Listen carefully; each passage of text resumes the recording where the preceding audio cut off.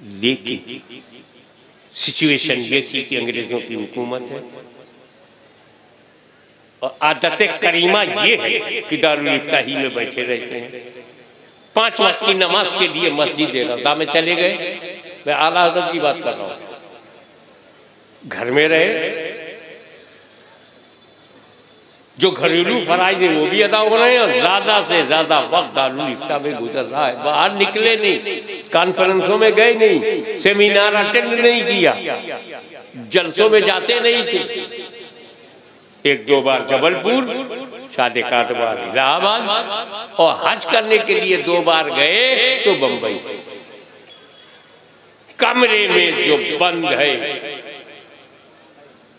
और मदीनतुल इल्म का इल्म, बाबुल इल्म की इजाजत से उलूम व फुनून का समंदर कमरे के अंदर, किताबें लिखता रहा, जवाबात देता रहा। तफक्कुह फिद्दीन का ये आलम,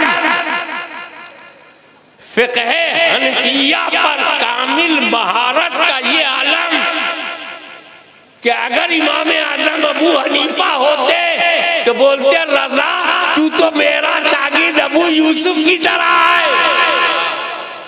ये फतावे रिज़विया फ़िक़्ह की किसी एक किताब का नाम नहीं, ये हनफी फ़िक़्ह का इंसाइक्लोपीडिया है। ये एक ऐसी कुतुबे फ़िक़्ह है कि ये समंदर है, सारे मसाइल इसके अंदर है। मिल्लत दयाबना को ललकारने वाला कमरे में, तवहुद की धज्जियां उड़ाने वाला बरेली में बैठा कमरे में, फिरक़े बातिला की तरदीद में लगा हुआ मदरसे में, इतने अजीम सरमाए को मदरसे में कमरे में बंद रहना पड़ा।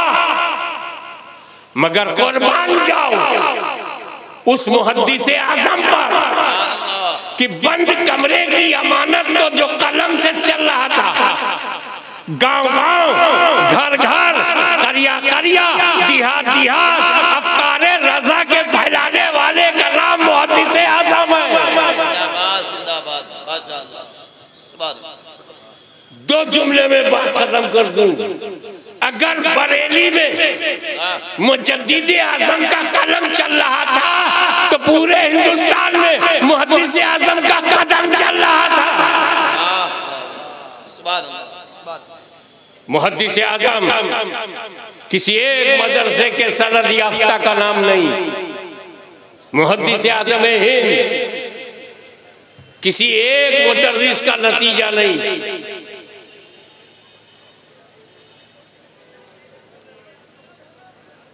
पूरा दर्स निजामिया मुकम्मल किया लखनऊ में।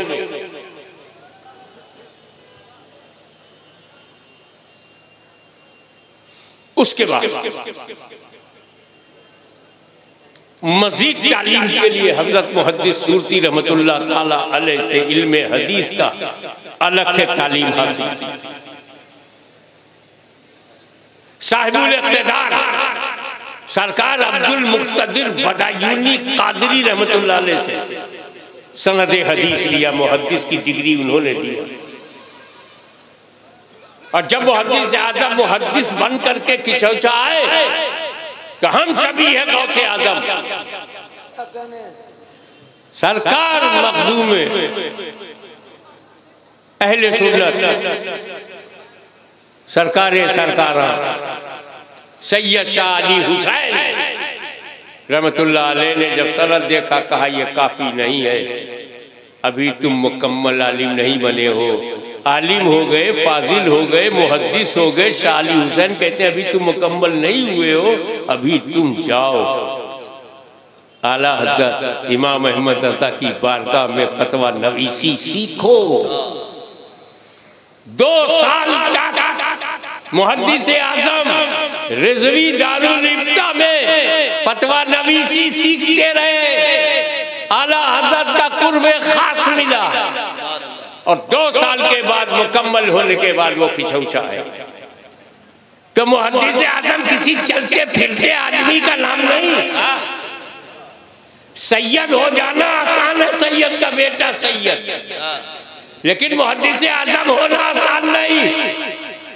इल्म व फज़्ल, तक़वा तहारत, शरीयत और तरीक़त की मारिफत, अरे शाह अली हुसैन की निस्बत,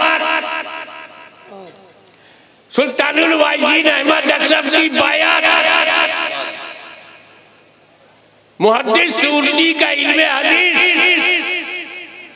इमाम अहमद रज़ा का तफ़क्कुह फ़िद्दीन, जब किसी एक जात में इकट्ठा हो जाए तो उसे मुहद्दिस आज़म कहते हैं।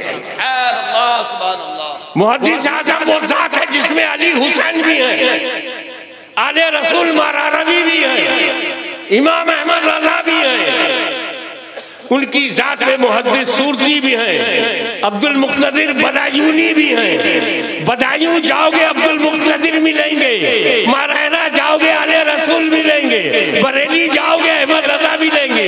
मगर कॉन्फ्रेंस करने वालों, तुमने उस मुहद्दिस आज़म की कॉन्फ्रेंस किया है जिसमें सब मिलेंगे।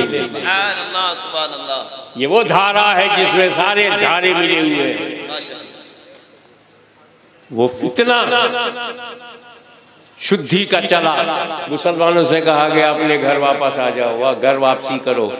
उस फितने को रोकने के लिए जो सबसे बड़ी तो पहले सुन्नत और जमात की थी उसे मुहद्दिस आज़म कहते हैं। पंजाब और हरियाणा के पास जो मुसलमान बेचैन होकर के दीन बदल रहे थे, उसके रोकने वाले का नाम मुहद्दिस आज़म है। आला हजरत ने कभी ऐसा नहीं किया कि जो करूंगा सब मैं करूंगा। उन्होंने एक जमात मुंतखब कर ली, सदुल फाजिल को मुरादाबाद से, सदुल शरिया को घोसी से, बहुत सारे उलमा को लाहौर से, पंजाब से, मौलाना अहमद अशरफ को खिचौछा से, एक टीम आला हजरत ने बनाया। रद्दे दयामना के लिए उन्हें आगे बढ़ाओ, इहक़ाक़े हक़ और इब्ताले बातिल के लिए आला हज़रत ने दूसरे को आगे बढ़ाया। लिहाजा मारहरा और बरेली का रिश्ता अटूट है, मारहरा और बरेली का रिश्ता अटूट है, खिचौछा और बरेली का रिश्ता अटूट है। सर पटक पटक के मर जाओ, तोड़ नहीं पाओगे। वजह यह है कि चाहे मारहरा मुतहरा हो या खिचौछा मुक़द्दसा हो, बरेली से इन दोनों का रिश्ता खून का नहीं है, रूह का रिश्ता है, रूहानी रिश्ता है, अकीदे का रिश्ता है, मसलक का रिश्ता है। तुम टूट जाओगे, ये रिश्ता नहीं टूटेगा। मैं आपको ये बधाई देता हूं कि जैसे मुहद्दिस आज़म कॉन्फ्रेंस करके आपने बरेली को भी खराज अक़ीदत पेश किया है, मारहरा मुतहरा को भी खराज अक़ीदत पेश किया है, कालपी शरीफ ने खुद कालपी शरीफ को खराज अक़ीदत पेश किया है। कभी सोचा कि आला हजरत ने कोई ऐसा फन नहीं जिस पर किताब न लिखा हो? तफसीर क्यों नहीं लिखी? कोई ऐसा इल्म नहीं जिस पर किताब न हो, तफसीर क्यों नहीं लिखी? कुरान का सिर्फ तर्जुमा क्यों किया? तफसीर भी लिख डालते, लिखवा देते।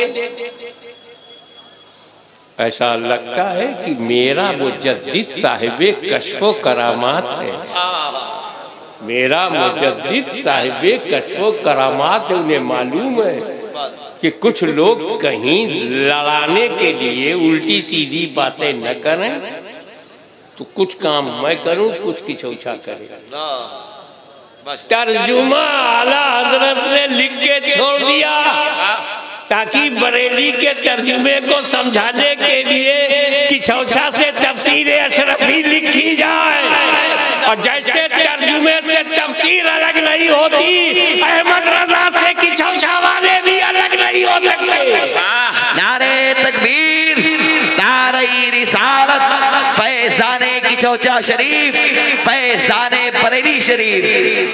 आप सिर्फ इतना सोचो कि जब आला हज़रत अज़ीमुल बरकत इमाम अहले सुन्नत व जमात मुजद्दिद मिल्लत थे और इधर आला हज़रत शफी मियां थे, झगड़ा नहीं। सोचो, इधर आला हज़रत फ़ाज़िल बरेलवी, उधर आला हज़रत शफी मियां, प्यार मोहब्बत। उनके बाद इधर हुज्जतुल इस्लाम हामिद रज़ा और उधर मौलाना अहमद अशरफ, प्यार मोहब्बत। इधर ताजदारे अहले सुन्नत मुफ्ती आज़म हिंद, उधर मुहद्दिस आज़म हिंद, प्यार मोहब्बत। इधर मुफस्सिर आज़म इब्राहिम रज़ा, उधर सरकारे कला, प्यार मोहब्बत। तीन पुस्तक का जो प्यार मोहब्बत चल रहा था, तुम सोचो किसकी नजर लग गई। मगर नजर लगाने वाले नजर लगाते रहो। हमारा ताल्लुक नजर का नहीं है, आला हजरत से हमारा ताल्लुक नजरिए का। नजर तो बद हो सकती है, नजरिया बद नहीं होता। इसलिए मैं आप तमाम हजरात को मुबारकबाद पेश करता हूँ कि अपने असलाफ को याद रखो, एक रहो, नेक रहो। व आखिर दावाना अनिल हम्दुलिल्लाहि रब्बिल आलमीन।